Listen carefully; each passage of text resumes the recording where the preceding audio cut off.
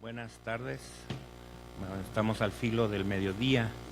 Me presento, soy el maestro Eduardo Oliva Cruz, doctor por la Universidad Nacional Autónoma de México, y bueno, estoy aquí por invitación de la doctora Morales, Estela Morales Campos, en esta semana del uso ético de la información, y agradezco esta invitación. El tema que vamos a tratar pues tiene que ver con el uso que nosotros damos con respecto a la información, y sobre todo yo lo voy a tratar de enfocar en tres grandes rubros: lo que sería la infósfera, lo que son ahorita pues bueno, como punto de interés de muchos profesionales, y no nada más de profesionales, sino de la sociedad en su conjunto, la posverdad, un pequeño apéndice sobre lo que son las noticias falsas, y por último, bueno, un cierre enmarcado entre la ética y el trabajo de los profesionales de la información documental. Básicamente voy a empezar con lo que es la infósfera. La infósfera, pues un término acuñado por Shepard en 1971. A mí es un documento o una apreciación que hace este pensador en los 70s, a raíz de la evolución que tienen las tecnologías, y él ve parecido o semejante, hace una analogía con respecto a lo que viene siendo el aire para las aves y el agua para los peces. Nosotros como seres humanos estamos inmersos en una capa, él le llama smog, porque se pone de moda esa palabra en esa época, el smog, que está alrededor del ser humano, de los seres humanos, y en esa capa pues bueno, van a estar de manera, pues él lo considera así, flotando, está en el aire, en el ambiente, lo que serían por ejemplo las cuestiones tecnológicas en cuanto a la electrónica, porque empieza el boom de las grandes ordenadores, de las computadoras, y lo que es la tipografía. Él básicamente habla de que esta capa de smog pues está compuesta de clichés, tanto de entretenimiento, de periodismo, publicidad y gobierno. Esto nos da un poco la idea a lo que nosotros actualmente conocemos, bueno, lo que se ha denominado la globalización, se ha denominado la sociedad de la información, la sociedad del conocimiento. Y aquí pues empezamos nosotros a entrar en materia. Ya se habla de la información, bien sean a través de datos que pueden ser datos de imagen, datos de audio o datos de texto. En nuestro caso, bueno, pues todos los datos que estén soportados en algún objeto que nosotros denominamos documento, y de ahí, bueno, pasamos a pensar o a reflexionar sobre una sintaxis que nos lleva a construir un razonamiento que va de lo que son los datos, la información, comunicación, conocimiento, comunicación, y en la cual pues estamos inmersos. En los datos, bueno, los hemos tomado nosotros de las ciencias del cómputo, y ya se ha agregado a nuestro imaginario como profesionales de la información documental. Los datos como tal representan aquellas unidades susceptibles de proveer información. ¿Qué quiere decir proveer información? Alguien, una inteligencia, pues les da una sintaxis para la comprensión de lo que nosotros denominamos información. No voy a profundizar mucho, hay muchos pensadores desde Capurro, Borco, hay gente que ha trabajado lo que es el concepto de información. No voy a profundizar esto porque no nos acabaría el tiempo para resolver uno de nuestros objetos de estudio. A mí me interesa verlo desde la perspectiva todavía de la infósfera, Y me voy al año de 1962 con un pensador que es economista, Fritz Maslow. Él es uno de los primeros pioneros en estudiar cómo se desarrolla o cómo va evolucionando la sociedad, lo que nosotros conocemos como sociedad de la industrial. Él pues empieza a ver que hay un proceso evolutivo, hay un proceso de cambio que se va generando en la sociedad. En esta sociedad pues él empieza a ver que se está pasando de una fase industrial a una fase postindustrial. En aquel entonces, bueno, él sienta las bases con su reflexión a lo que nosotros actualmente conocemos como sociedad de la información. Básicamente nosotros conocemos el concepto de sociedad de la información, pues después del milagro japonés, y estoy hablando de 1968, lo que son los trabajos de Matsuda, que tienen que ver con lo que nosotros conocemos incipientemente como sociedad de la información, y bueno, posteriormente los trabajos que se tienen en el área de los hispanoparlantes, bueno, con Castells, que él habla de la sociedad red. A mí lo que me interesa tomar de este pensador, estoy hablando específicamente de Fritz Maslow, él genera un binomio que para efectos de esta conferencia pues tiene relación. Lo que es la información con el conocimiento. Él habla de cómo no son iguales en cuanto a su estructura etimológica, pero más sin embargo es necesario uno para que sea posible el otro. ¿Qué quiere decir esto? Nosotros tenemos, o siempre hemos afirmado, y esto a veces con los muchachos, yo les he dicho que no pensemos que todo es información, a final de cuentas, todos son datos, todos son elementos de los cuales nosotros estamos rodeados, y en el momento que nosotros con el conocimiento previo que poseemos, generamos nosotros una forma, y es cuando se habla de un proceso para dar forma a los objetos que tenemos o a las cosas, y podemos nosotros nombrarlas y hasta entonces generar lo que es información y lo que es conocimiento. Aquí obviamente pues tiene que ver mucho con ese acto que hace el ser humano de traducir su realidad, su contexto, ese entorno en el que está, y poderlo traducir en información. Información le va a permitir a él darle una forma para poder entrar a un estado de conocimiento. Hay otro pensador que sería Herbert Marshall McLuhan, que también lo voy a poner en colación porque voy a ir armando una especie de rompecabezas para entender el fenómeno que tenemos actualmente nosotros. También es de la década de los 60, él tiene dos obras que son interesantes. Él habla de lo que se llama la galaxia Gutenberg, es decir, él describe cómo la tecnología incide en los usos y costumbres sociales y cómo va a modificar nuestras conductas. Y tiene otra obra que es del 67 en la que él habla de lo que es el medio, es el mensaje. Estoy tomando elementos básicos y un poquito llamo su atención para que lo vayan ustedes considerando para el fenómeno que hoy nos toca analizar, digo que sería la posverdad y las noticias falsas. En este sentido, cuando nosotros leemos un poquito a Marshall McLuhan, pues obviamente tenemos nosotros estos elementos, en que la forma y el contenido de la cual se sirven los medios, pues van a modificar o van a remover con fuerza y nos van a modificar, obviamente, en cuanto a nuestros actos sociales. Y de esta forma, pues bueno, habrá un impacto como tal. En el mismo contexto de la sociedad de la información, estamos en lo que sería la infósfera. Ahora entramos a la fase de lo que sería la sociedad.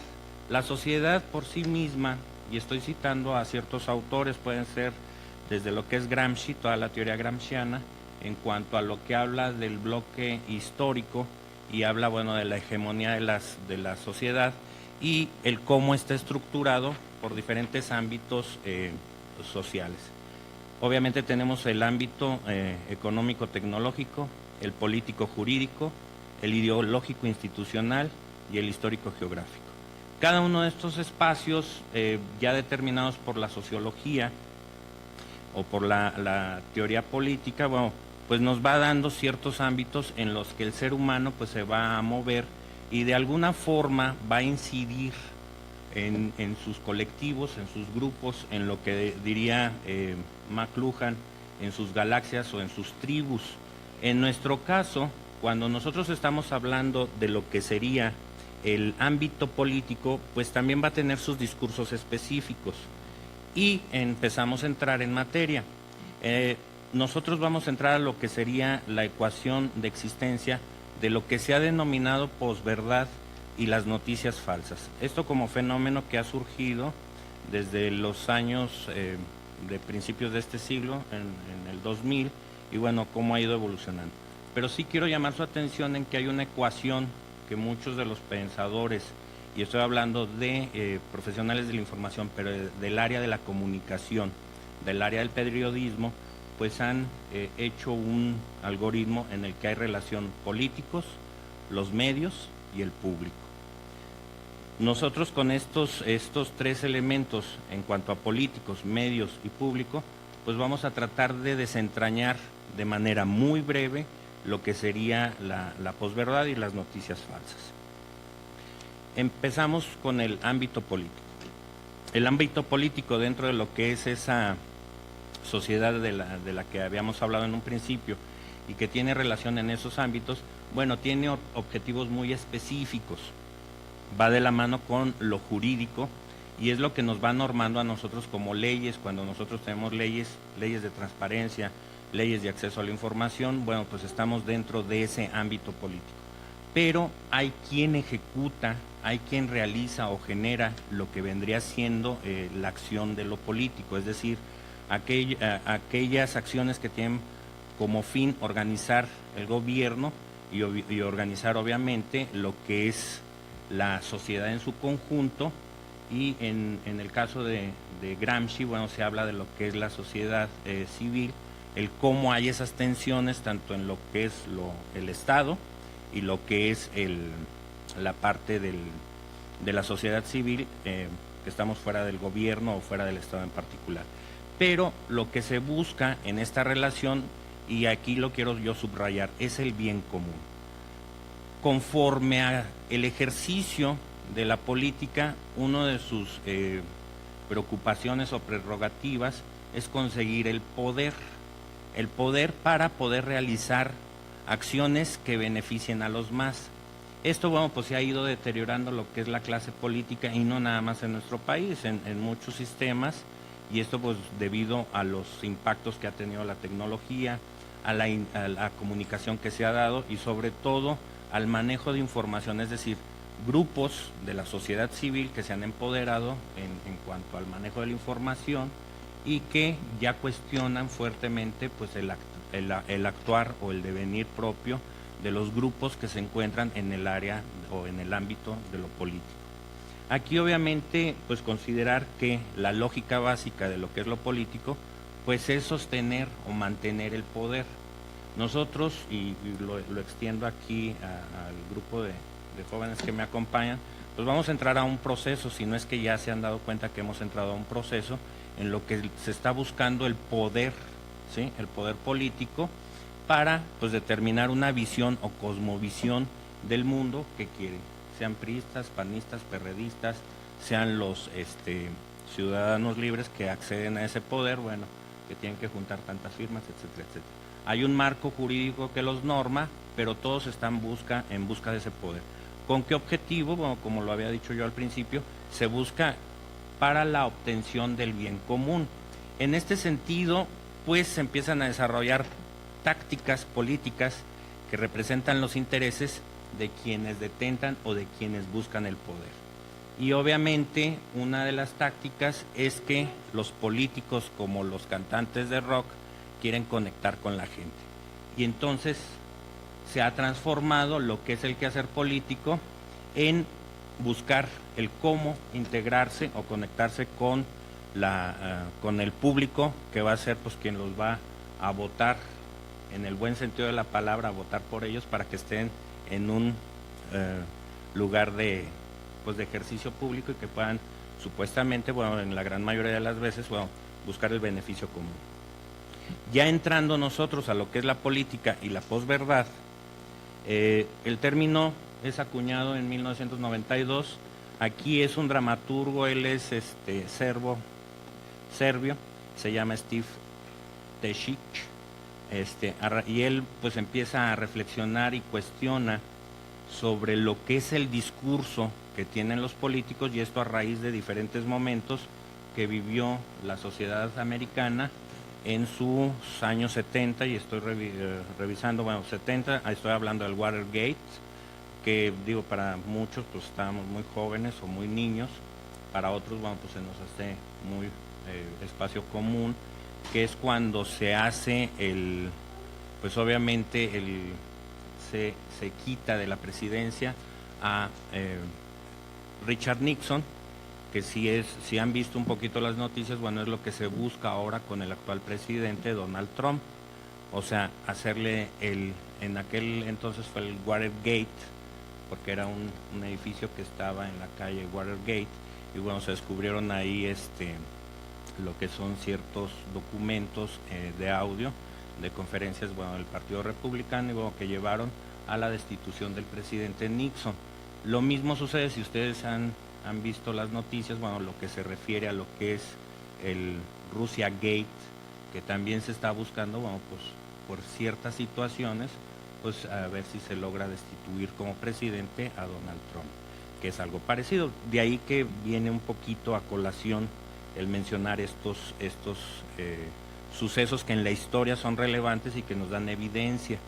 Obviamente la sociedad americana en aquel entonces, con inclusive la masacre de lo que es la Universidad de Kent, que es cuando se rebelan los estudiantes contra las guardias nacionales, y obviamente empiezan a quemar las cartillas, esto a raíz de la guerra de Vietnam, y posteriormente en la guerra del Golfo, lo que ya toca a George Bush padre, pues bueno, la sociedad americana, bueno, pues empieza a dar cuenta de que el mismo gobierno les miente pues para hacer las intervenciones, ¿no?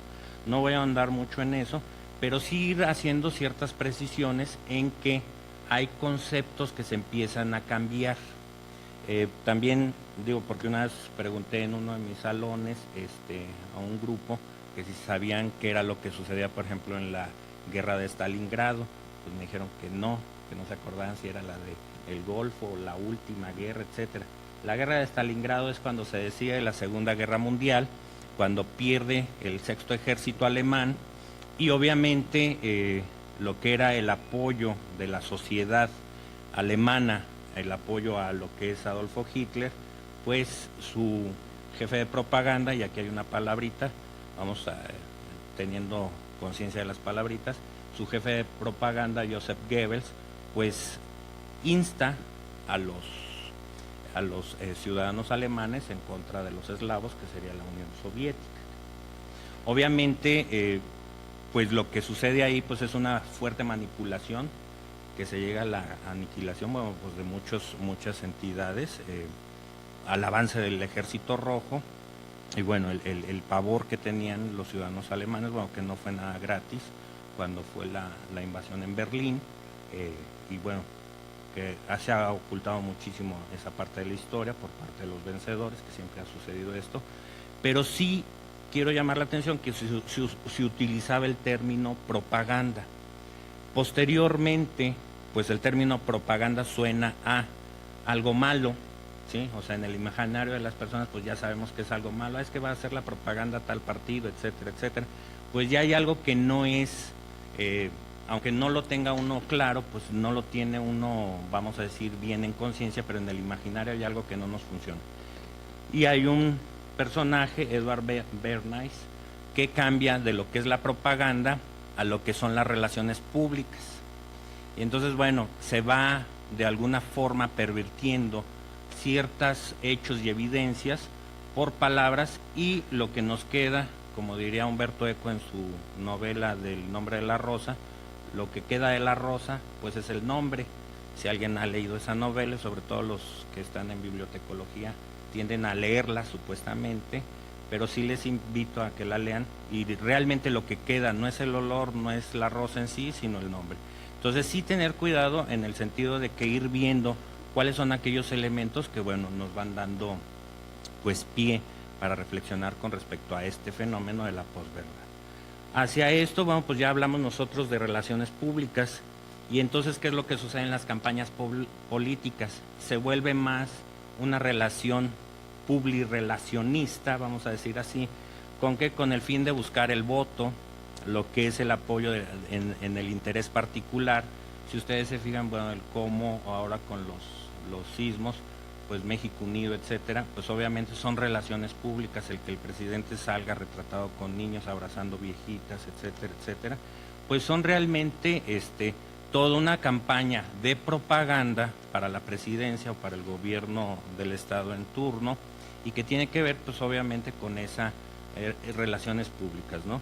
Aquí obviamente cuando nosotros tenemos en esa infósfera un exceso de datos, un exceso de información, pues para hacernos ver tenemos que ser más drásticos, más violentos en cuanto a los mensajes, y cada vez le subimos más el tono a los mensajes, pues para poder ser vistos en esa masa o en esa nube, vamos a decirlo como lo decía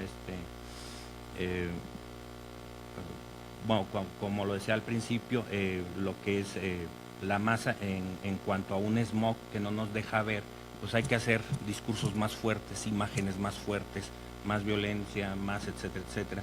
Y eso pues bueno, ha llevado a que pues obviamente los mensajes, para poder penetrar, bueno, pues hay que desacreditar también los expertos, porque los expertos siempre nos van a decir mesura, hay que empezar a revisar, hay que empezar a cuestionar, hay que empezar a consultar, y obviamente el debate político pues se vuelve, aunque es todavía propaganda, ahora se vuelven relaciones públicas, y obviamente lo que se vuelve pues es un espectáculo para ganar votos o para ganar la adhesión, para poder seguir manteniendo lo que es vamos a decir, el poder, ¿no? Obviamente el discurso ha cambiado. El discurso antes estaba en función de resolver hechos y evidencias, pero la gente ya no conecta. Lo que quiere ahora es una situación más de tipo emocional, es decir, ¿cómo conecto yo con pues es que es mujer, pobre, no la dejan, está batallando para las firmas vía WhatsApp o no sé, el sistema de apps. Bueno, pues se va uno solidarizando, y entonces se va generando una, entre comillas, verdad paralela, o una verdad que no es la verdad evidente en cuanto a lo que es la verdad, parece un juego de palabras, en cuanto a lo que es en cuanto a evidencia, sino que se transforman y se pueden volver medias verdades, se pueden volver verdades muy fatales también en cuanto a mentiras flagrantes, pero no lo venden, y es a lo que se le ha denominado como posverdad. ¿Qué quiere decir esto? Cuando nosotros dentro de esa infósfera, y ya revisamos ahorita lo que es una de las variables del algoritmo de la posverdad, bueno, pues tenemos nada más la parte de la política. Entra en juego otros dos, lo que son las plataformas, lo que ustedes tienen, por ejemplo, en sus dispositivos electrónicos, pues eso es una plataforma realmente. Tenemos un pequeño ordenador que nos va a permitir nosotros acceder a datos, a información, y entonces entramos a otro de los elementos que va confluyendo para generar la posverdad. Aquí viene y se analiza, bueno, chequemos, ¿qué es lo que piden, por ejemplo, las plataformas tecnológicas? Tener gente cautiva que nos permita, a través de cada clic que ustedes dan, sea en internet, sea para consulta de noticias, sea para consulta de alguna imagen, etcétera, cada clic genera un centavo, vamos a ponerlo bajita la mano, y cada centavo pues genera un proceso de negocio. Entonces, ¿qué es lo que buscan las plataformas? Atraer más, tener más en sus, vamos a decir, en sus likes o en sus directorios de consumidores, pues tener más, porque eso representa tener más dinero, ¿sí? Y a veces no lo vemos, entonces cada que le damos like a algo, o cada vez que vemos un anuncio, etcétera, pues le estamos dando un clic, y eso representa un centavo más. Desde este punto de vista, ¿qué es lo que sucede? Las plataformas lo que requieren son contenidos, tienen una sed tremenda de contenidos. ¿Para qué?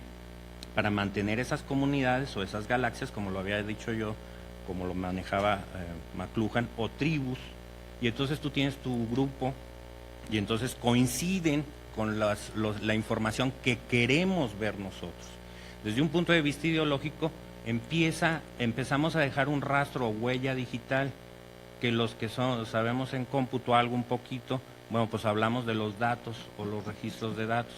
Y es lo que ahora se denomina la Big Data, o los datos grandes, en cuanto a grandes de volumen. ¿Qué quiere decir? Ustedes dejan datos, y ahí todos sus datos pues nos empiezan a dar perfiles, se empiezan a meter dentro de bases de datos, que en automático dan respuestas personalizadas a cada uno de ustedes. Si yo me meto a páginas para buscar trabajo, etcétera, etcétera, pues me va a dar esto. Si yo busco ahorita pues no sé, la nota del momento, pues es lo que va a dar más, va a tener más clics. Entonces las plataformas contribuyen a ser como cajas de resonancia para ciertos grupos en el poder. En el caso de la política, pues le conviene que entre más se ha visto un personaje, pues más clics tiene, y obviamente eso representa más poder, que en determinado momento para ciertas acciones políticas pues le va a permitir acceder a votos, le va a permitir acceder pues a lo que representa estar en esa posición. Aquí hay que tener cuidado porque nosotros a veces pensamos que la nota que nos pasan los medios, generalmente en las plataformas encontramos los blogs, encontramos lo que son los videos y obviamente los canales de noticias. Cuando, imagínense nada más todo lo que necesita recuperar un sistema de noticias que trabaja 24 horas, pues es demasiado como para sostener una nota que permita tener atención de su comunidad o de su galaxia, ¿sí? Y entonces, ¿qué sucede? Pues hay que buscar al político de moda, hay que buscar la situación crítica de morbo, y entonces se empieza a generar una verdad alterna con respecto a lo que está sucediendo. Y luego aparte, ¿qué sucede? Vamos a entrar nosotros, bueno, ahí inclusive hay un pensador que es Stengelov, que dice, bueno, es que Facebook define quiénes somos y entonces nos hace perfiles y te manda amigos. Ah, tú puedes coincidir con estos, pero yo para qué quiero a estos cuando yo tengo gente de carne y hueso, les digo a mis alumnos, pero te manda con quién y qué perfiles. Amazon, ¿qué te dice? Pues tú requieres estos libros porque andas buscando en estas páginas. Y te manda post o logs, ¿sí? Bueno, más bien son post, en los que te dice, esto es lo que tú andas buscando. Cuando a veces no sabe uno ni lo que anda buscando, nada más está uno ahí, perdonen la expresión, tarugueando y perdiendo el tiempo, ¿sí? Y lo último es que, y yo ese sí siempre lo he dicho en mis cursos, es una crítica, mis alumnos se vuelven expertos en Google y son googleros, pero no todo es Google. Hay otras plataformas de acceso, sobre todo cuando trabajamos con contenidos más especializados. Acuérdense que Google es por vista, entonces nos va rankeando y nos dice este es el más adecuado, o el mismo Google, como Face, pues ocultan información o datos que no quieren que veamos. No quiero yo caer tampoco en un rollo de la conspiración, ¿sí? Porque de ahí se nutre también mucho la posverdad. Entonces, sí hay que tener cuidado en cuanto a lo que nosotros estamos usando. Y la última variable de esta sintaxis, pues es el público, ¿no? Una de las desencanto que tienen, y bueno, se han hecho esos estudios, que si los millennials, los yuppies, los boom babies, etcétera, etcétera, pues se ha perdido confianza en algunas instituciones, pero no por extensión todas las instituciones son malas, ¿sí? Sí ha sucedido, ¿no?, que están las campañas de vacunación, pues no me voy a vacunar porque pues me van a inocular un virus, etcétera, etcétera. Eso ha contribuido mucho la ficción del cine. También aquí el conocimiento, entre comillas, que tenemos del mundo, pues es un conocimiento epidérmico, ¿sí? Un conocimiento por encimita. Entonces, pues tengamos cuidado y también ver de dónde nos llega o cómo es que nos llega esa información. Viene también la inmediatez de la comunicación. y ya lo sabemos que Internet tiene tanta movilidad que el mismo día una nota que aparece como preeminente, a las 2, 3 horas puede desaparecer. Es decir, que la comunicación va cambiando constantemente y entonces como profesionales pues tenemos que ser cuidadosos. Se lo pasamos nosotros a los usuarios, pero nosotros tenemos que ver o verificar nuevamente. Y también hay que tener cuidado con el bajo nivel de datos que llega. Inclusive se han hecho estudios por varias universidades del consumo que se tiene, por ejemplo, en el Face. Y lo que se hace, bueno, ya inclusive se nombran los tics del dedo gordo, el que está nada más pasando, y hasta que ve una imagen que le llama la atención. ¿Por qué? Porque es llamativa, es dramática, es drástica, lo que yo estaba comentando, pues lo ves. Entonces también hay que ser muy cuidadoso con lo que nos llega, etcétera, ¿no? También algo que sucede y es muy común, la gente se siente vulnerable y tiene miedo de estar sola consigo misma, entonces necesita estarse conectando siempre. Entonces eso es muy común, los WhatsApp. Hola, ¿cómo estás? Sí. ¿Cómo estás? ¿Qué estás haciendo? Ah, sí. Y ya cuando no tienen nada que decir empiezan a mandar las caritas, etcétera, los emojis, etcétera. Bueno, en mi época eran caritas felices y demás. Ajá. Y obviamente aquí tengamos claro qué es lo que sucede y esto es lo que quiero llamar su atención. La comunicación es con los mismos miembros de su galaxia, de su tribu, de su ámbito, ¿sí? Y los demás son los otros. Decía un maestro mío, el rival es el que está en la ribera del otro lado, ¿sí? No el que está de este lado. La ribera es aquel y entonces es mi rival. Entonces eso, pues obviamente ha contribuido a lo que se ha generado como posverdades, porque es la verdad de mi grupo, estamos de acuerdo, entonces te mandan un video X y ya, y entre ustedes mismos y se la creen. Y lo peor del caso es que aunque hay evidencia en contra de esas noticias, es que los otros ya es una situación conspirativa, entonces ya no creemos lo que mandan otros. ¿Sí me explico? Entonces en ese sentido, bueno, pues hay que empezar a ver. Yo le llamo el efecto de Parvada o cardumen, ¿sí? El efecto de Parvada o cardumen, cuando yo estuve trabajando algo para lo que es Big Data y luego Small Data, pues los datos son una serie de puntitos y que mete uno a modelos estadísticos y lo mismo sucede con las parvadas. Si han visto o han tenido oportunidad cómo se van conformando las parvadas, cómo se van juntando, cómo los cardúmenes de peces pues se van dando cuenta y van todos pegados y hacia dónde van, etcétera. ¿Qué es lo que sucede? Ellos lo hacen como medida de protección. Y es lo mismo que sucede con las comunidades humanas. Tienden a estar con los iguales y al que ya ven raro, en el sentido de que es diferente, pues lo segregan, vamos a decir, de esa tribu. Entonces, ¿qué es lo que sucede? Se dan precisamente esos enconos de odio, ¿sí? Si ustedes se checan lo que son las historias de las guerras civiles, puedes tener un vecino, pero descubriste que el vecino, no sé, adora los vasos con agua y yo adoro los vasos con tequila, se parecen, mas en el contenido son diferentes. Si hay una situación, y esos son los nacionalismos, yo tengo una convivencia con mi vecino normal, pero viene la parte de que alguien quiere detentar poder, y estoy poniendo los casos de Kiev y los casos de Cataluña, hay que meterles odio, para que yo, caso como en la guerra del Líbano, pues al vecino de enfrente que es cristiano, yo soy musulmán, pues nos demos en la torre. Catalanes contra catalanes, rusos contra rusos, etcétera, etcétera. Tengamos mucho cuidado, ¿por qué? Porque tendemos a cerrarnos como cardúmenes para protegernos del otro y eso ha llevado pues a muchas situaciones pues poco humanas. Y por último, ¿qué sucede con las noticias falsas? Las noticias falsas viene siendo el lubricante de la posverdad, ¿sí? Y eso de continuo, pues obviamente no es lo que se representa el periodismo. Y aquí yo voy a hablar de otros profesionales, bueno, aquí en nuestro campus, para los que están fuera, pues convivimos también con la gente de de ciencias sociales, tenemos el campus también donde están ciencias de la información, pues vienen siendo primos hermanos de nosotros, en el sentido de que también algunos manejan información, pero es diferente la información o el tratamiento de los datos a como los manejamos nosotros en la Facultad de Ciencias de la Información Documental aquí en la Autónoma de San Luis. Pero ¿qué es lo que se busca con las noticias falsas? Pues se busca desinformar. Y pues si nosotros somos expertos en información, pues hay que empezar a reflexionar sobre esto. También las noticias falsas crean y distorsionan la realidad. ¿Por qué? Porque a ciertos eventos políticos, es decir, alguien que detente el poder, y ojo, también el poder económico, el poder religioso, ideológico, etcétera, pues ellos políticamente les conviene pues que haya noticias falsas, ¿sí?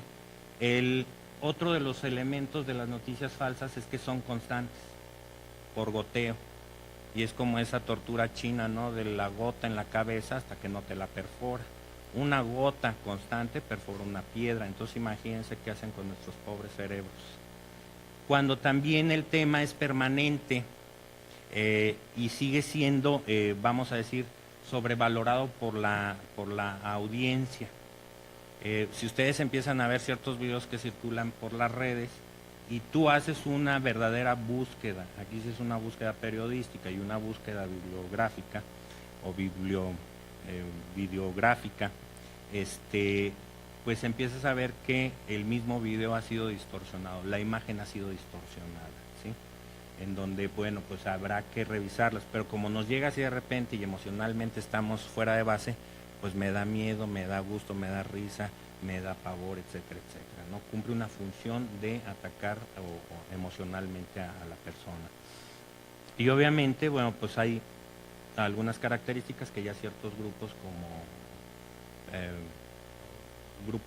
como Fake News, que es una organización, bueno, que dice, bueno, cuáles son, se hace un análisis a nivel mundial, son varios periodistas, varios expertos, y nos dicen qué noticias son buenas o qué noticias son falsas, etcétera, etcétera.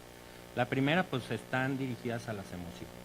Ya viste que el presidente salió hasta las manitas, etcétera, etcétera, cuando realmente la toma que se hizo, pues fue con un celular mal tomado, y si lo toman de abajo, bueno, pues da otra visión. Los que han estudiado fotografía o cine, pues tiene otra visión completamente diferente, y entonces eso lo subes, pero si tú no tienes una evaluación crítica de esto, dices, ah, sí está esto o lo otro. También dan una apariencia de legitimidad. Te mando esta noticia que me mandó fulanito de tal que trabaja en, o esta noticia, yo me acuerdo en aquella época que nosotros empezamos a consumir lo que es la electrónica, bueno, lo que es cómputo, nos llegaban correos y decían, ah, es que tal organismo, Microsoft, dice que va a haber un virus. Pues sí, pero Microsoft no era la entidad en aquel entonces que monitoreaba todo lo que era virus, había otra entidad. La publicación también, si es efectiva, resulta que todo lo que hay en Internet es verdad. O sea, muchos se la creen, y si está en Internet, como dicen ahora, estamos en una cena de amigos y tú quieres, ¿te acuerdas de aquel partido de los, no sé, Guadalajara? No, vamos a ver Wikipedia, entonces como que se pierde el sabor, ¿sí? Entonces todo lo que dice Internet, o que se encuentra en Internet, ya es verdad para mucha gente, y no es así. ¿Y qué es lo que sucede? La red amplifica lo que nosotros cotidianamente, y ojo, lo que globalmente se nos da como información y lo que localmente nosotros tenemos. Entonces a veces consultamos más el Internet y nos amplifica. Y ya quiero verlos cuando andan buscando una calle, cuando no se ha actualizado el GPS, pues los mete en una contra, ¿sí? En una contra, en una calle a diferencia. Entonces ahí hay que tener cuidado. Aquí el siguiente punto es ver posverdad y noticias falsas. ¿A quién atentan? Lo primero, atentan a la dignidad humana. ¿Por qué? Porque a veces suben memes y nos estamos burlando a veces del compañero, para empezar. ¿Te fijaste que fulanito es el cuatro ojos? Por eso me quité mis lentes. Es el cuatro ojos, pues ya ahí empezamos nosotros a perder yo la dignidad como ser humano, y estoy llevándome dicho al compañero. Ahora imagínense, a los que son cantantes de moda, a los que son artistas, a los que son políticos, etcétera, etcétera, generamos y contribuimos como caja de resonancia a linchar a veces personajes, y eso es muy grave, porque yo no quisiera hacerle lo que no quiero que me hagan, y es lo mismo. Viene también, atentamos a la democracia. ¿Por qué? Porque empezamos a dudar del otro, ¿sí? Ya no hay esos procesos de ver al otro como un contrincante con el cual vamos a posteriormente trabajar y construir el bienestar social. También atentan a la libertad de expresión. ¿Por qué? Porque empiezan a coartarse vamos a decir, ciertos derechos que se ha ganado la humanidad. ¿Por qué? Porque se está faltando a la verdad. Y entonces, ¿qué es lo que hacen los estados o los estados totalitarios o ciertas instituciones? Pues vamos coartando la libertad, punto. ¿Sí? Entonces, atentamos con eso. Lo que es también atacamos a la convivencia humana, es decir, ya no vas a vivir igual cuando sabes que fulano y alguien te dijo que mandó un meme tuyo porque tienes cara de pirulí, como dice la canción. Ya no va a ser lo mismo, ya no va a ser lo mismo. Se rompe la confianza, algo que tarda mucho en mantenerse. Y obviamente, bueno, pues esto le pega a la estabilidad social. Pero ante ese panorama tan cruel, digo, yo me puse a pensar, ¿qué se puede hacer? Y bueno, el siguiente. Nosotros pues tenemos una vieja amiga de la humanidad que se llama la ética. A mí me gusta, bueno, a lo mejor porque soy de la escuela vieja, que tan vieja no sé, pero algunos años tiene, y uno de mis maestros me hablaba a mí de la ética, y él decía de la ética en cuanto a las palabras, bueno, el ethos, el ethicus, y sobre todo lo que es el ethos. En griego suena diferente. Si ustedes ven ahí, dicen ethicus, bueno, parece una N, una O, una I, una K, una O o una S. Sí lo alcanzan a percibir. Tiene un acento la N. En griego hay los acentos que se llaman espíritus. Y entonces la entonación cambia muchísimo el sentido. Cuando uno dice éticos, hace uno como una pequeña aspiración, lo estoy exagerando para que se note, y hace éticos y suena diferente. Si yo hablo una K, como en Jairos, ¿sí? Está hablando de un espíritu que quiere decir algo que flota y que da poder o que da existencia. En el caso, piensen en el espíritu humano, es decir, aquello que nos da esa vida, del influjo de vida. Y bueno, en las palabras pues viene mucho, obviamente bueno, van evolucionando los conceptos, pero las palabras tienen algo que decir. Y en el caso del ethos, ¿sí? Pues obviamente me va a hablar a mí del carácter. Mira, el ethos de fulanito de tal, es decir, el carácter, la personalidad, lo que yo logro ver de él, ¿sí? O de ella. Y esto obviamente va muy a lo que nosotros denominamos humano, como humus de la tierra, aquello que nos ha dado el sentido de ser con respecto al otro. Entonces, la ética, ¿qué es lo que busca? Nosotros una relación, y empezamos a ver en cuanto a los actos humanos, es decir, el cómo mi intencionalidad está manifestada en mis actos humanos. Entonces yo puedo ver un acto que puede ser bueno o puede ser malo, en el sentido de el daño o la agresión que se haga a la persona o al medio ambiente. En este caso, bueno, pues tenemos nosotros lo que es la intencionalidad de lo que es la bondad, que a veces nos da miedo hablar de la bondad, es decir, lo bueno que tenemos nosotros. Es que el profe no diga que soy bueno. No, si eres bueno para esto. Cuando uno habla que eres bueno para las matemáticas, pues estás hablando de una habilidad. Pero cuando dices, oye, eres bueno para transmitir conocimiento, estás hablando del ser, de ese ethos o de ese espíritu que tú posees, ¿sí? Entonces recurrir nosotros a la ética es precisamente tomar conciencia del otro, de que también es algo semejante a mí y no diferente. En este caso, bueno, pues sí yo manejaría lo que es la ética y bueno, lo que es la parte de la alteridad. Y bueno, ya lo había dicho yo, que el hombre o el ser humano tiene como inclinación natural hacer el bien, ¿sí? Aquel que hace el bien, pues ahora sí como dice Cantinflas, pues le va bien, aunque parezca cantinflesco el asunto, pero los eventos y las realidades siempre van a ser mejor.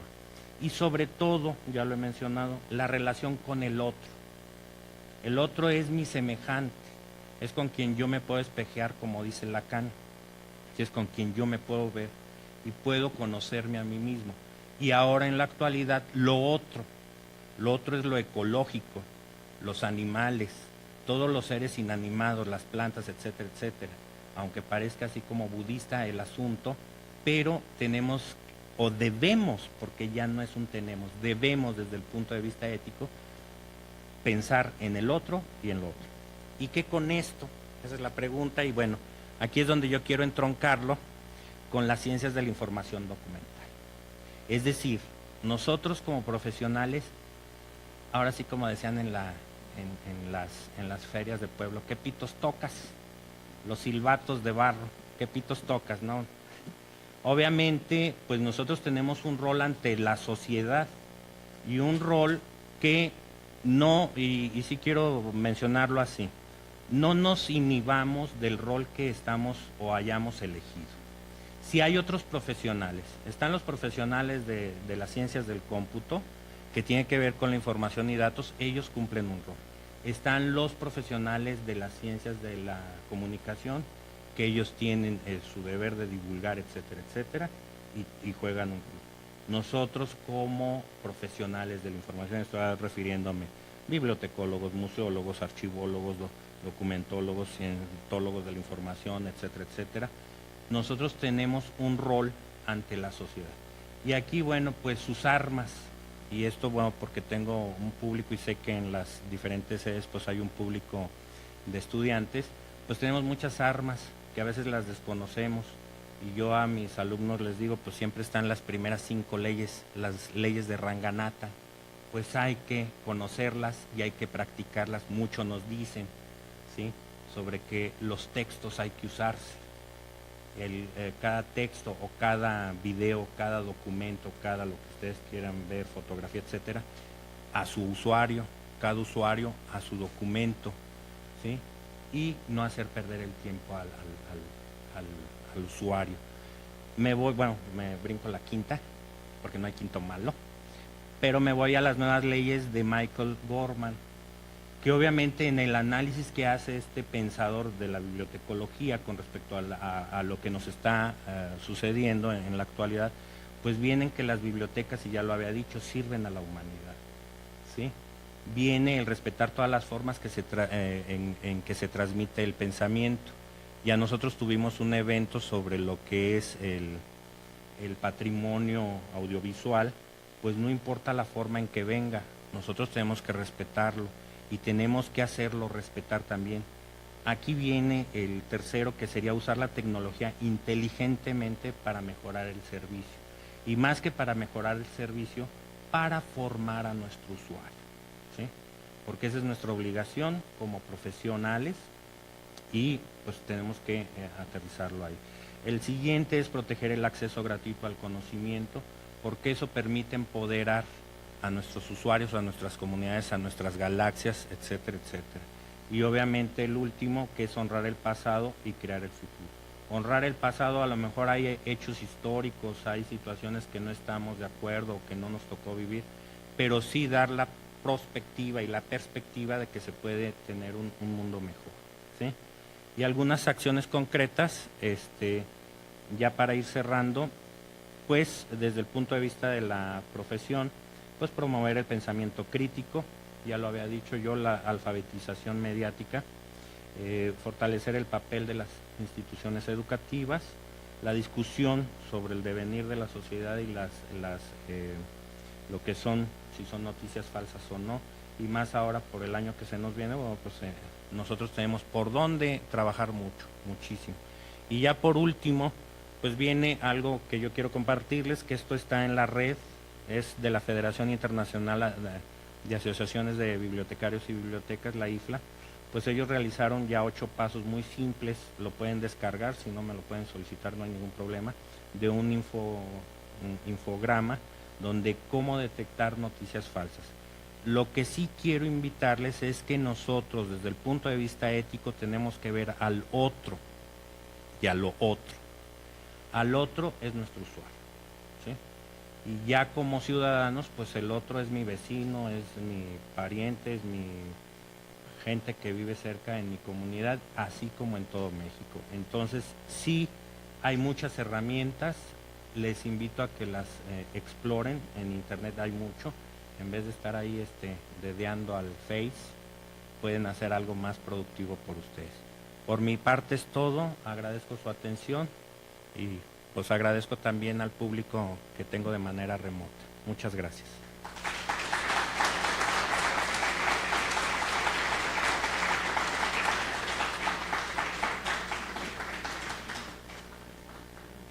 Si tienen preguntas de manera local, porque me dicen que es unidireccional, es decir, nada más una sola vía a las sedes a nivel nacional, si tienen preguntas a nivel local, con todo gusto lo podemos trabajar. Si no, pues agradezco yo el apoyo de las autoridades de la escuela y bueno, agradezco yo también la invitación que me hace la doctora Estela Morales, que tiene una relevancia, sobre todo a mí sí me interesa mucho, chicos. A veces parecemos una escuelita muy pequeña, pero hay muchos elementos. Este es el siglo para ustedes, es el siglo de la información. Llámenle sociedad de la información, llámenle sociedad de la comunicación, etcétera, etcétera. Si ustedes, o del conocimiento, si ustedes no logran ver el tesoro en el que están, patrimonialmente estoy hablando, las habilidades que pueden ustedes desarrollar como apoyo en la mejora de su sociedad, pues están perdiendo un bagaje cultural que tenemos, sean bibliotecarios, archivistas, museólogos, o sea, no hay distinción. Yo estoy refiriéndome a profesionales de la información documental. Como tenemos a nuestros primos acá en la Facultad de Comunicación, que ellos, bueno, pues tienen también su rol, que no dejan de ser personas que trabajan con información, o los de cómputo que también manejan información, pero a su nivel. Ustedes siéntanse, la verdad, orgullosos de la profesión que eligieron. Yo les agradezco y si no hay preguntas, pues sí, maestra.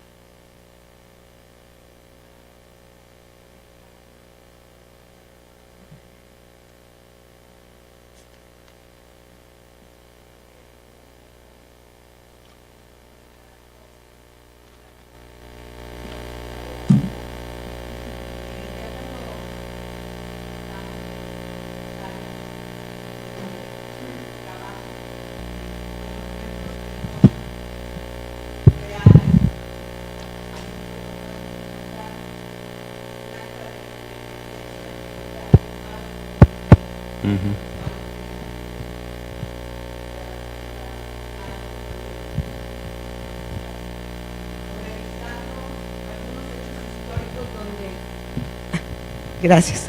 Donde el Pípila no existió, fue un personaje que se le añadió a la historia. Y así podemos seguir comentando otros personajes u otras acciones que existen en nuestra historia que en realidad pues no son verdad, son porque le quisieron poner ese tinte romántico o ese tinte a la historia o a la anécdota, etcétera, etcétera. Y pues tenemos que estar lidiando con historiadores, con comunicólogos, con otro tipo de expertos o de científicos, y nosotros esa es nuestra responsabilidad, estar filtrando qué tan cierto es lo que me estás diciendo o de dónde viene esa verdad que dices estar manejando. Y yo creo que la verdad, todos creemos tener una verdad, pero esta siempre, de esto que nos viene manejando usted como verdad, siempre va a existir, ¿no?, para el control de las masas, o siempre va a estar existiendo, porque es necesaria, o simplemente nos dicen que existe mucha, que se están desapareciendo a las mujeres en San Luis Potosí, y las estadísticas nos dicen que no, que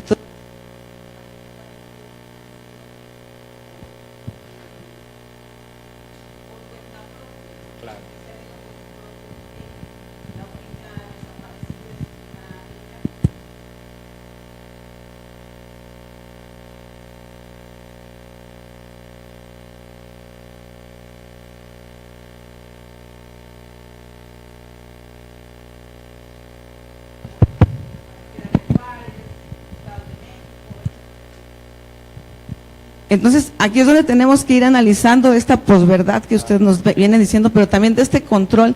¿Quién nos maneja estas verdades? ¿Para qué? Y el por qué, ¿no? Y qué tan manipulables somos. Yo ahí, al final digo, por el tiempo que me piden y la circunstancia, que obviamente es muy diferente el tratamiento en lo que es televisión o radio a un foro abierto donde podemos extendernos, pues lo dejé esbozado al final. A final de cuentas, los bibliotecarios, bibliotecarios o profesionales de la información, una de sus áreas fuertes de desarrollo es en la educación, lo que son las instituciones educativas. Aquí me faltó mencionar, por ejemplo, el trabajo que debemos hacer con los historiadores. Nosotros, al sentirnos menos ante los historiadores se posicionan, y no traigo yo nada contra los historiadores. Ellos tienen muy claro lo que es su objeto de estudio o lo que ellos van a observar, y nosotros debemos de tener claro lo que es nuestro objeto de estudio, que yo ya lo dije, es la información documental. ¿Qué es lo que tendríamos que hacer? Digo, y eso siempre va a ser, y desde Marco Aurelio, estoy hablando del emperador romano antes de todos los emperadores españoles que surgieron ahí, Adriano, etcétera. Desde entonces ya hay esa lucha. Pero ¿qué es lo que nosotros tenemos en la mano? Darle ese poder a la gente. Suena así como la canción de John Lennon, ¿no? Darle el poder a la gente. ¿Cómo se lo vamos a dar? Nosotros, a través de lo que es la alfabetización informativa, lo que es la formación en cuanto al uso y manejo de los datos, de la información, del conocimiento, pues vamos a ir llegando a ser una sociedad más democrática. Pero en la medida de que tengamos nosotros también ese miedo a enfrentar, no porque vayamos a hacer una lucha y revolución y demás, simplemente hacer nuestro trabajo y atender en esencia al otro como uno igual, yo creo que cambiamos el mundo ahí. Y lo decía Aldous Huxley, el único lugar que podemos cambiar somos nosotros. Y para cambiar nosotros a veces nos cuesta. ¿Sí me explico? Y ya cuando nos cae el 20, y lo digo cuando nos cae el 20, cuando hay gente que ha tenido procesos de cáncer o una situación extrema, el cambio se puede hacer. No lleguemos a situaciones extremas. Eso. Ahorita, la posibilidad de que estemos en esta universidad, una de las mejores universidades a nivel nacional, no porque esté aquí, lo dice el ranqueo a nivel de universidades iberoamericanas de 2017, estamos como en el lugar 106 de 1.300 universidades, tanto en Portugal, tanto en Brasil, tanto etcétera, etcétera, y estamos entre las mejores ranqueadas, no lo digo yo, para eso están los datos, pero nosotros transformémoslos en información para empoderar a nuestras comunidades, ¿sí? Entonces esa es la invitación, porque a veces de chavos pues no lo vemos. Ahorita lo que nos preocupa es terminar el semestre y salir bien raspados, pero que vean que lo que están haciendo, están construyendo su objetivo de vida profesional. ¿A qué se van a dedicar los próximos 5, 10, 15 años? A lo mejor van a ir evolucionando, pero sí váyanlo pensando. Y sobre todo valorar en dónde estamos como facultad, que juega un papel muy importante. Ahorita viene lo de la posverdad. Les decía, el 2018 se nos viene un año muy difícil en elecciones, si no es que ya ahorita ya estamos batallando. Pero ¿quiénes somos agentes de cambio? Nosotros, y no quedarnos ahí, a ver, pues es que me mandaron este Face. Pues ¿sabes qué? No lo vuelvas a mandar, ya con eso ya hiciste tu granito de arena en ese momento. Y como parvada, si empiezas tú a funcionar, empieza a generarse esos pequeños cambios. No estoy yo abogando nada más porque va a haber el cambio y ya el mañana es el país de las maravillas y veo el sombrero loco y etcétera. No, simplemente que ustedes como personas se empoderen de sí mismos como personas éticas y que su profesión les dé a ustedes ese valor, ¿sí? Bueno, pues gracias chicos, porque sé que tienen otras clases. Nos vemos.